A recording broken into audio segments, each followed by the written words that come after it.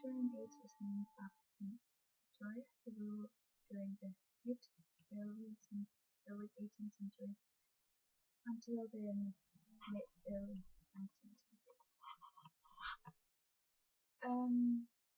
In the Victorian age, Queen Victoria ruled until the early 19th century because she died and got buried in her husband, who had died many years earlier than that. Until then, Queen Victoria had not been shown a lot of the industrialized cities, and she had not known how poor conditions that the people in England lived under lived by. The reason that she did not know this was because the few times that she got out and away from the castle and out in the public was the people, including the children, that were given gifts, for example, fruit, food, or candy, in order to make the place look a bit more happy and a bit more successful than what it normally was like. Because normally most of the children in the lower classes that most of the parents were worried about during the Victorian age, for example, job pigeons, most of the children live under really poor conditions and would have to work alongside with their parents in factories. The work that the children were doing in factories was very simple compared to what the adults were doing. The children had to clean nearby and under the machines that had been a huge part of the industrialization because it had made them work much more efficient, and it had made it had created an ability. Not only had it created much faster work for the people who worked there, but unfortunately it had taken over most of the people who used to work those jobs. Now, not only were there a lot of unemployment, people who worked there and had to work with really dangerous machines. Some of the people were unsatisfied with the way that women worked, because most of the women worked as nurses or teachers. Who worked in the factories was Diana Murlock and Annie Besant. The analysis I'm going to have made is on a text called Vice Slavery in London. It is written by Annie Besant, who is an activist woman. She's not only divorced, she has lost her daughter to her husband. She's no longer allowed to take care of the daughter, which was a huge, it wasn't very approved at the time if a woman was seen as an unfit mother. She is a journalist, owns her own newspaper called The Link. She is a socialist and a feminist. The text is an article, and it is about women working at a factory called Bryant and May's Match Factory. In most of the text, Annie Besant talks about the poor conditions that women work under, or how little they are paid compared to what they work. He also talks about how dangerous the work is, because he mentions several times women. What could happen if a woman, for example, accidentally sets the box she is working with on fire? She would then get sacked, and the box would get fixed during. The owners would take some of her salary and then have the box fixed, but she still risk losing her job if that happened.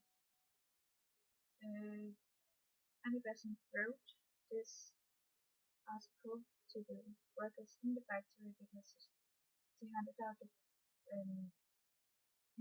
article to the workers to the female workers active factory before the factory opened. In the article, Annie Besant uses Lucas because he talks about how brand name match criteria during was the money that they were paying women for they were paying women with. Um,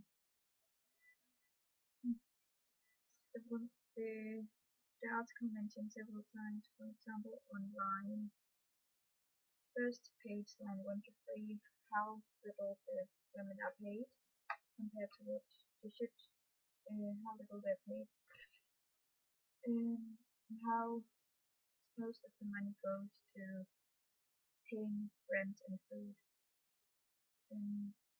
Not only does he use that fact that he uses logos helps her credibility become better. It creates more credibility. She also uses papers on page 1, line 18 to 21. I think that she talks about how the girls are working under really bad conditions, how most of them can risk losing a finger, and it creates almost like for the reader it will look the readers will feel bad for the women and it will create more credibility in the way that readers will think that anybody knows the women very well and she will come people will believe what she says. In the text there's a coherent structure because there's a presentation in the beginning of the text where she mentions what she's going to talk about and what she's going to look into. And she does this on page 1, line 4, where she says, let us see how the money is made with which these monsters survive and suffocate. The reason that she says this is to give and make the reader aware of what she's going to talk about in the text, to make the reader not to think about what the text is about already from the beginning. She also indeed the text has a conclusion in the end, so throughout the text there is a coherent structure in the way that there's always in the practice has a presentation in the beginning and a conclusion at the end. The vocabulary in the text is very complete. She does not use any types of metaphors or imaginary language. Neither does she use any form of she uses a very neutral language in the text as well. And she repeats words several times to make it appear on the text more. For example, the words work, salary, goals, and how they are paid is mentioned several times in the text. And it creates it helps the reader really see what the text is about because he mentions these words several times. It is easier for the reader to believe what he's saying and to see what the text is about from what he says in the text. The tone is very serious. She never uses any jokes or anything like that to make the seriousness go away a little bit. She doesn't do that. She stays with the serious throughout the text. The style is very objective, but she uses sometimes in the text when she uses pathos, she goes away from the objective part of the text a little bit and becomes more subjective in the way that she chooses what she's going to write and chooses what should and should not come out in the text. For example, we only see the text from the woman's perspective, we do not see it from the men that owned the factory perspective. In the text, she also uses quotations to underline what she has said in her quotations. She does that on page 2, and the quotation is seen from one of the women's perspective. It is written because it is said by the woman because a man called Mrs. Theodore Bryant, who owned the factory,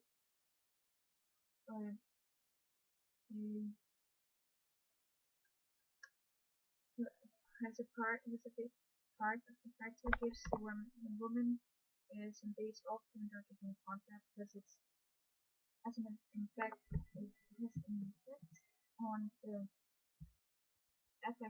the women's statement.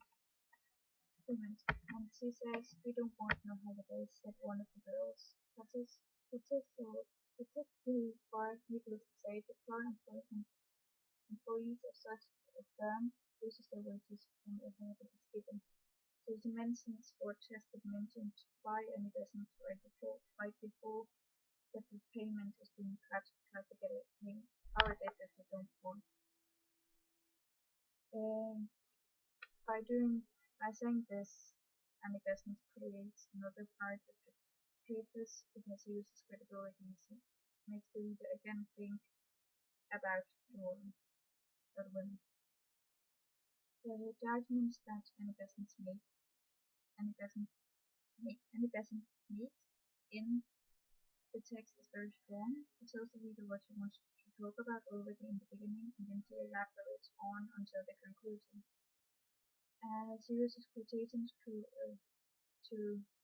help her credibility and her arguments become more credible for the reader to believe in what she says.